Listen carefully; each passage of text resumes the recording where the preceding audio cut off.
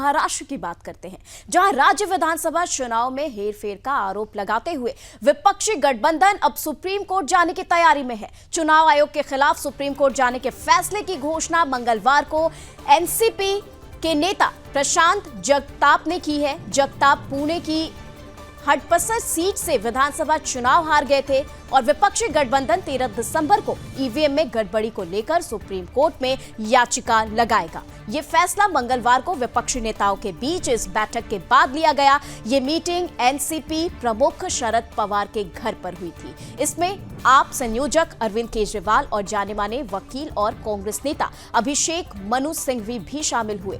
इंडी block ने दावा किया है कि ईवीएम में कथित हेरफेर के कारण वे महाराष्ट्र चुनाव हार गए। आपको बता दें कि पिछले महीने हुए चुनावों में बीजेपी के नेतृत्व वाले महायुति गठबंधन ने 288 सीटों में से 235 सीटें जीती, जबकि विपक्षी महाविकास अघाड़ी यानी कि एमवीए गठबंधन को 46 सीटें ही मिली। इसके साथ ही आपको ये भी बता दें कि चुनाव आयोग ने बीते मंगलवार को बताया कि महाराष्ट्र विधानसभा चुनाव में ईवीएम वोटों से वीवीपैट पर्चियों के मिलान में कोई गड़बड़ी नहीं मिली है, लेकिन इसके बावजूद एमवीए कुनबा ईवीएम का राग आलाप रहा है।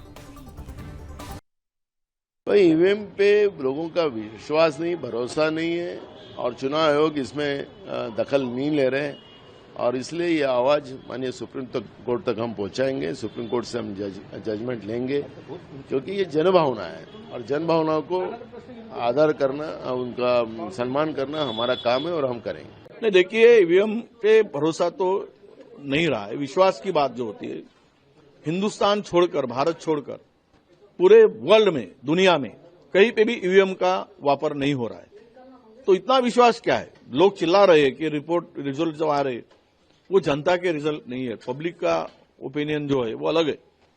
तो ऐसे स्थिति में इसके ऊपर विश्वास की बात होती है। तो दुनिया ने जब नकारा है तो हम क्यों ना इसको नकार दें? इस मांग को लेकर हम लोग सुप्रीम कोर्ट में जाना चाहते हैं और निश्चित रूप से अपने चेहरे को छुपाने के लिए, हार से छुपाने के लिए बड़ी बड़ी बातें बोल रहे थे। जनता के मैंडेट को स्वीकार लेना चाहिए, न कि जनता में अपना चेहरा दिखाना चाहते हैं कि नहीं नहीं गड़बड़ हुआ। जनता ने उन्हें नकार दिया।